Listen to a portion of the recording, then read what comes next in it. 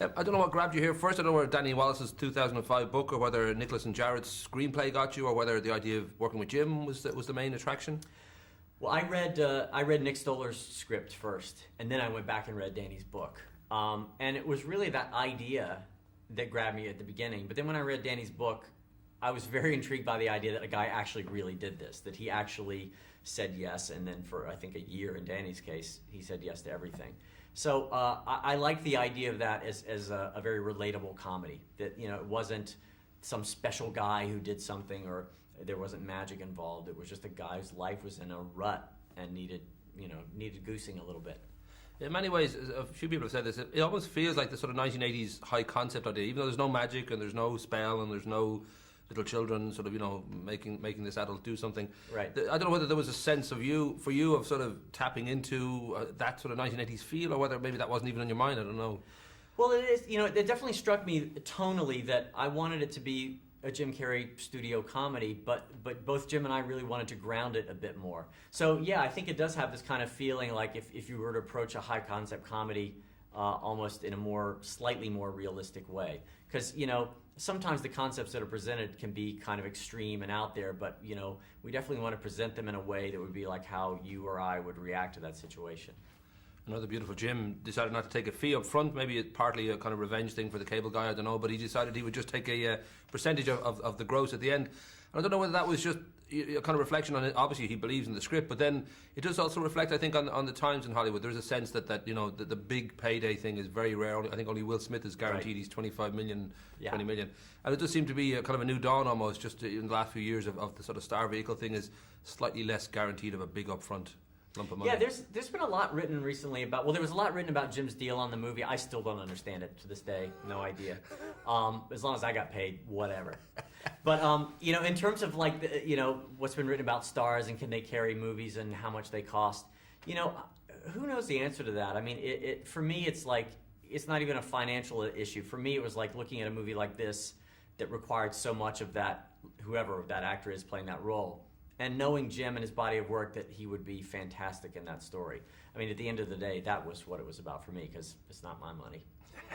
We should mention the fact that he is money to Hollywood, and I guess there's that huge fear in you when he decided he was going to do this bungee jump. And I know that his stuntman was ready, and he decided, no, this is it, I'm going to try and do this. How did you feel? I'm guessing you may have been more scared than he was in that moment. Well, Jim is so expensive. I started thinking, if I can get Jim to do that jump, and sabotage things, we won't have to pay him. And that way we can really come in under budget. No, Jim insisted on doing that from the very beginning. He said when we were writing, you know, that he was going to do that jump, no stuntman. And it was nerve-wracking. It was really, because I had one chance to do it, because I knew he was only going to jump one time, so I had to make sure the cameras were in the right position and there was film in the camera and all those things. And luckily it worked out. But you know, I like to think there is something really sort of kinetic about seeing the actual actor do that jump as opposed to a stuntman.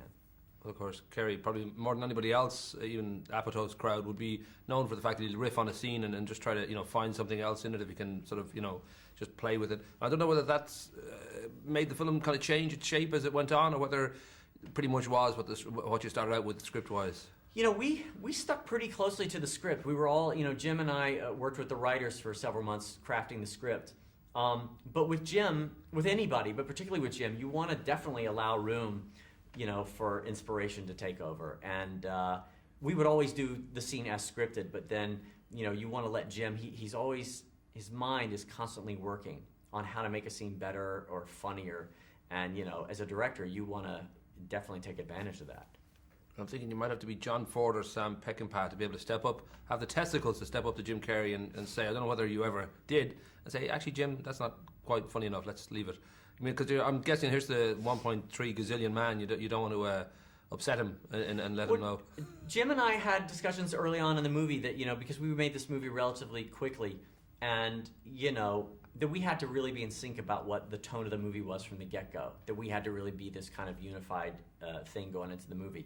But, you know, Jim is very smart, and you know, he serves the story, and I think he wants to do funny things, but, you know, he doesn't want to take a movie completely off the rails so you forget what the movie's about. And so I think we were very in sync about that. And, you know, and Jim definitely takes direction, and I think actually loves taking direction. I should mention too that Hollywood's always wary of going into stereotypes, and there is a stereotype here. I don't know whether it's a stereotype or just an outlandish claim that a very beautiful older Irish neighbour, and I'm over from Ireland, has the hots for young Jim and goes so far as to give him the no teeth special.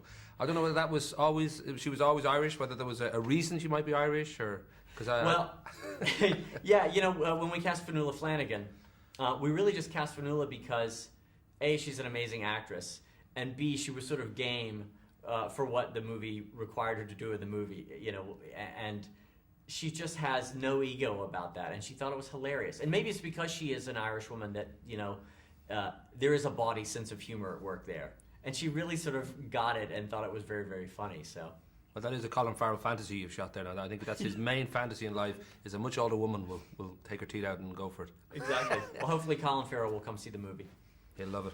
Rock and roll. Thank you, sir. Thanks.